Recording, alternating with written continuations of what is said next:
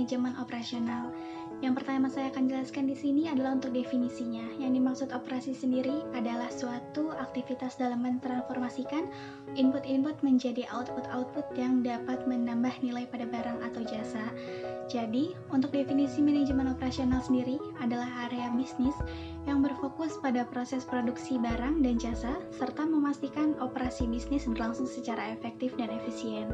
Seorang manajer operasi bertanggung jawab mengelola proses pengubahan input dalam bentuk material, tenaga kerja, dan energi menjadi output dalam bentuk barang dan jasa. 3 hal yang perlu diperhatikan terkait definisi adalah yang pertama, fungsi. Tanggung jawab manajer operasi untuk mengelola fungsi kerja dalam suatu organisasi. Yang kedua, sistem. Bagaimana sistem memproduksi barang atau jasa untuk mengetahui diperlukan rancangan analisis operasi. Yang ketiga adalah keputusan. Keputusan sebagai unsur penting dalam pelaksanaan manajemen operasional. Istilah-istilah. Produksi mengubah input menjadi output memiliki nilai tambah. Barang, output memiliki nilai tambah. Jasa, output memiliki nilai tambah. Produksi, perbandingan antara hasil sebenarnya dengan hasil seharusnya. Proses, cara, metode, teknik.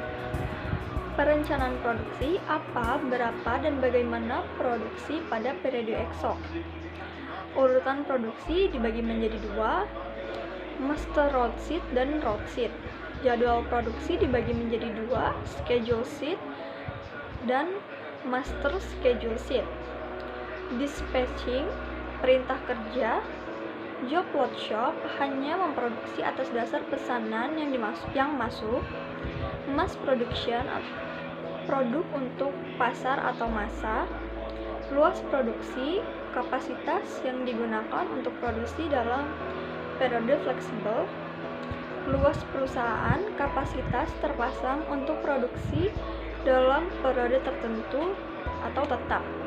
Untuk selanjutnya, fungsi operasional dan organisasi akan dijelaskan oleh teman saya. Terima kasih. Fungsi operasi dalam organisasi. Fungsi operasi ialah bagian dari organisasi yang membuat dan menghasilkan suatu produk berupa barang maupun jasa. Ada beberapa fungsi manajemen dalam operasional, yaitu manajemen sumber daya manusia, manajemen pemasaran, manajemen keuangan, manajemen produksi, dan manajemen informasi. Dari fungsi-fungsi tersebut ialah untuk mengidentifikasi apa aja sih yang dibutuhkan oleh konsumen sehingga dapat mencapai tujuan secara ekonomis dan bisnis dapat berjalan dalam waktu jangka panjang. Assalamualaikum warahmatullahi wabarakatuh. Saya Safitri. Selanjutnya saya akan menjelaskan ruang lingkup manajemen operasi. Yang pertama adalah perencanaan sistem produksi. Perencanaan sistem produksi dimulai dari proses perencanaan produksi.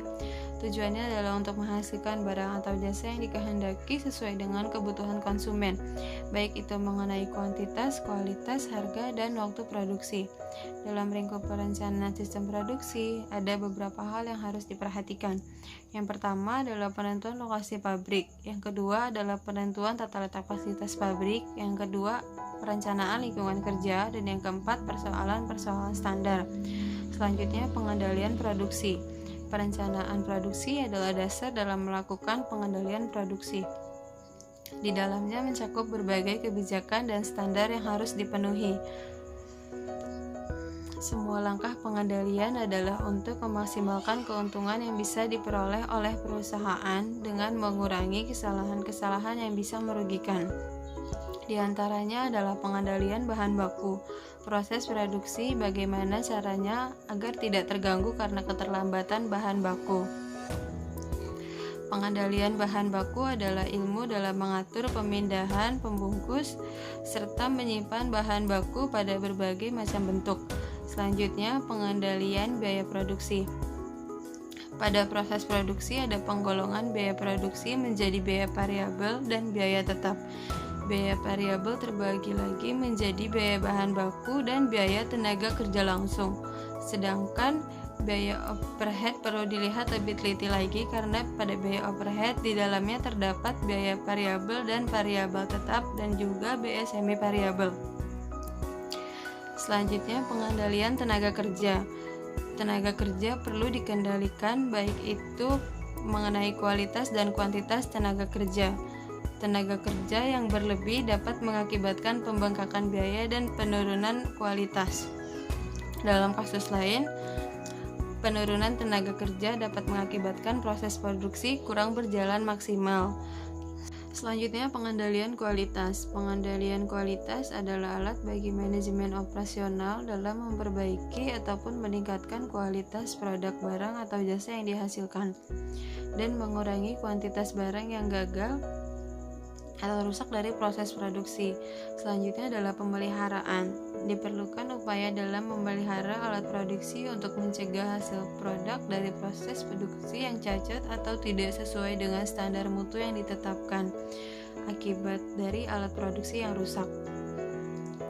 Yang ketiga, sistem informasi produksi. Yang pertama adalah struktur organisasi. Pengorganisasian adalah suatu proses dalam membangun hubungan antara komponen organisasi dengan tujuan organisasi agar seluruh aktivitas diarahkan menuju pencapaian sasaran tujuan organisasi. Yang kedua adalah produksi atas dasar pesanan.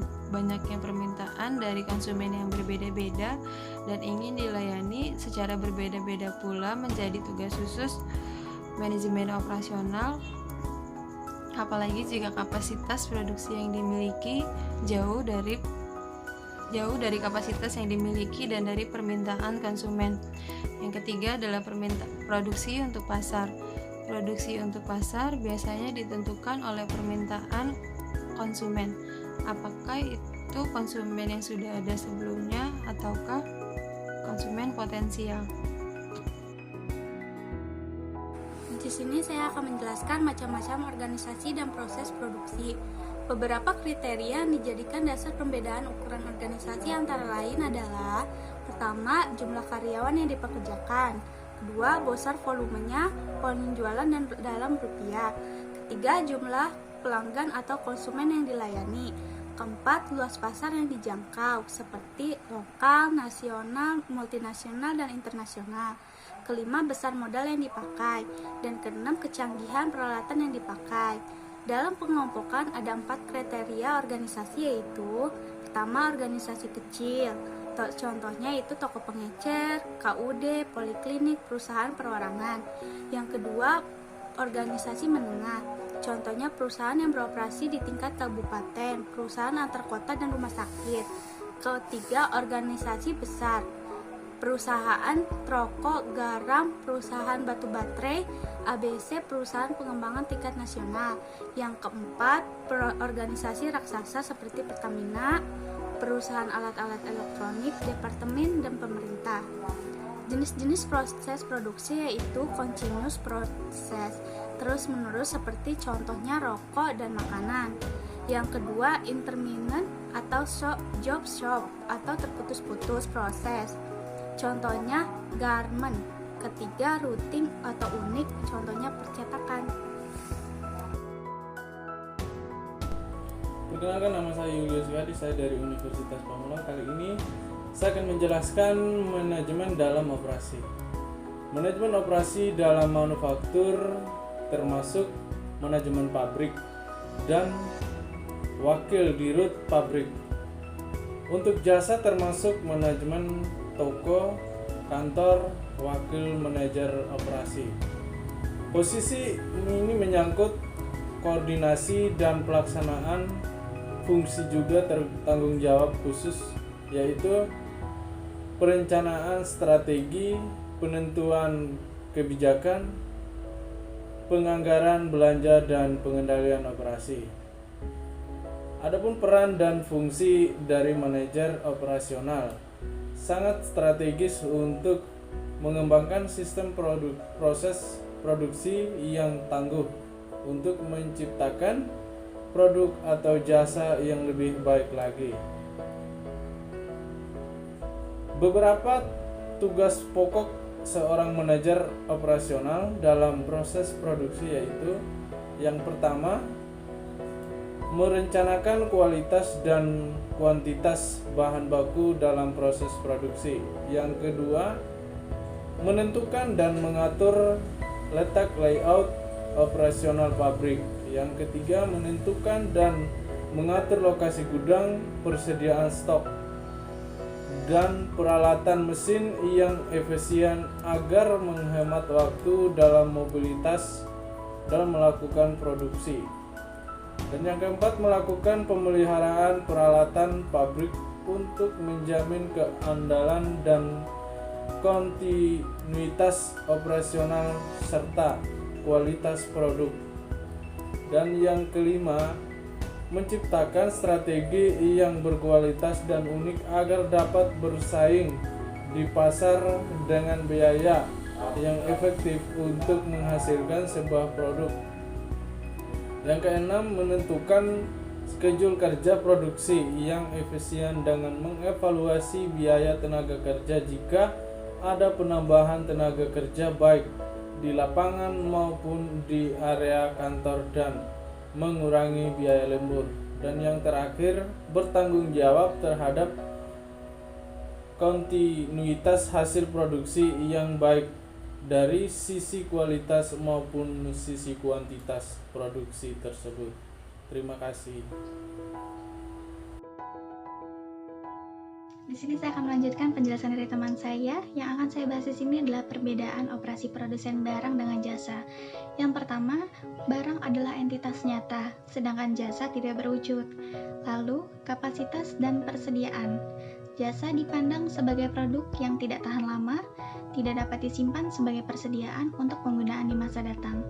Sedangkan untuk barang dapat disimpan sebagai persediaan. Yang ketiga, ada mutu. Jasa tidak berwujud sehingga tidak dapat dinilai untuk mutunya. Lalu yang keempat adalah penyebaran.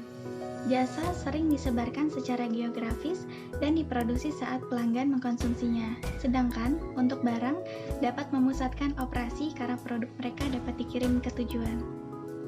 Dan yang kelima ada pemasaran dan operasi. Untuk jasa dikonsumsi pada saat yang bersamaan. Dan untuk barang, pemasaran dan operasi merupakan fungsi yang terpisah. Demikian juga untuk produksi dan penjualan barang, sehingga integrasi bidang pemasaran dan operasi menjadi permasalahan yang sulit bagi perusahaan penghasil barang. Dan yang keenam, kehadiran konsumen dalam proses operasi. Pada perusahaan manufaktur, kehadiran konsumen tidak banyak berpengaruh terhadap proses produksi. Perusahaan manufaktur cenderung tidak membutuhkan keterlibatan konsumen dalam proses produksinya. Sementara dalam operasi perusahaan jasa, kehadiran dan keterlibatan konsumen sangat diperlukan, terutama pada perusahaan jasa yang membutuhkan high contract system. Tanpa keterlibatan konsumen, proses produksi jasanya tidak dapat dilakukan. Dan yang terakhir adalah kualitas layanan. Konsumen menggunakan ukuran yang berbeda untuk mengukur kepuasannya terhadap barang dan jasa yang dikonsumsinya. Hal tersebut dikarenakan jasa tidak hanya terdiri dari sesuatu yang tak berwujud saja, tetapi juga terdiri dari sesuatu yang berwujud. Manajer, khususnya manajer perusahaan jasa, memahami bahwa kualitas kerja berbeda dengan kualitas layanan. Baju yang kita masukkan ke Binatu misalnya, baju yang tadinya kotor menjadi bersih, wangi, dan rapi. Itu adalah kualitas kerjanya. Tetapi, konsumen merasa kecewa karena ketika mereka mengambil baju mereka ke Binatu tersebut, karyawan di tempat tersebut tidak ramah. Itu termasuk kualitas layanannya. Terima kasih. Sekian presentasi dari kelompok 1 untuk pendahuluan manajemen operasinya. Semoga apa yang telah disampaikan oleh kami bermanfaat untuk yang menontonnya. Terima kasih.